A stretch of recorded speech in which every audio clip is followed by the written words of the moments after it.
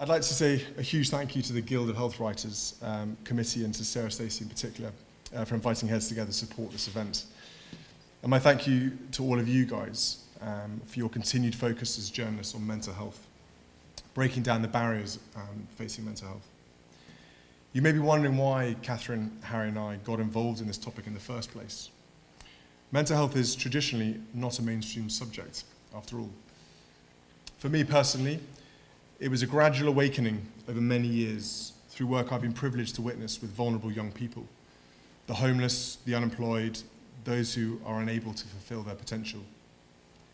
It was their openness about their mental health, their anxiety issues, their honesty about not coping that made me realize that poor mental health was a major issue in our society. Much greater than anyone cared to admit, actually. And it was an issue that needed addressing if we were to attempt to solve many other problems that trouble us. I know what I've just said may sound obvious to you. Of course, poor mental health underpins many other problems. But to me, as it still is for many, many people, mental health is the great taboo. If you're anxious, it's because you were weak. If you couldn't cope with whatever life threw at you, it's because you were failing. Successful, strong people don't suffer like that, do they? But of course, we all do. It's just that few of us speak about it. But I got interested in mental health for another reason. One that was related to my work as an air ambulance pilot.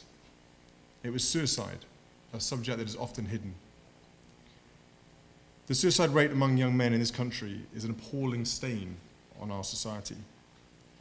Suicide is the biggest killer of men under 40 in this country. Not cancer, not knife crime, not road deaths, suicide.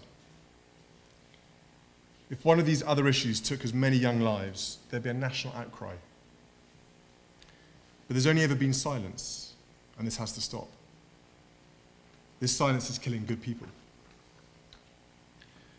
For Catherine and Harry, their journeys to heads together were different. Harry, predominantly through his work with veterans, and Catherine through her work with children and young families. But their conclusions were the same, that mental health needed to be brought out of the dark and destigmatized. So what have Catherine, Harry and I decided to do about it? These topics are complex, and we are certainly not experts. So we started by using our Royal Foundation to convene 8 charities from the sector to seek their advice.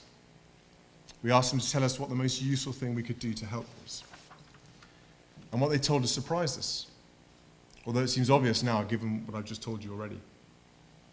These charities told us the most important thing that needed to happen was to normalize mental health, to get people comfortable with the subject and to talk about it. Simple as that.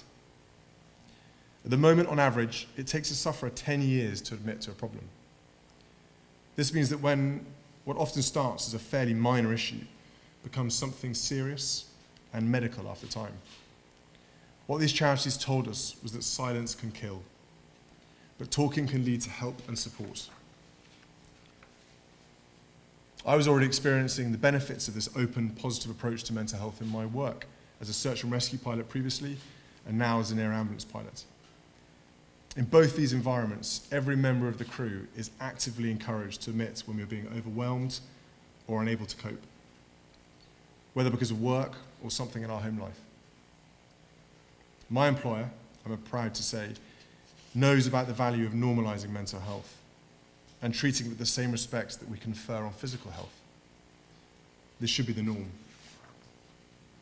So for the next few months, we are running a campaign to get people from all walks of life to record videos, recounting what it feels like to open up to someone else.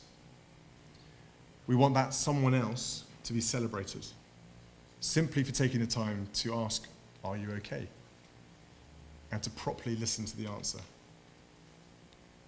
We hope that these videos will inspire people across this country, whatever their background, to talk up and to tell another person if they feel like they can't cope. That it's perfectly okay to do that. It's a positive step and a sign of strength, not weakness.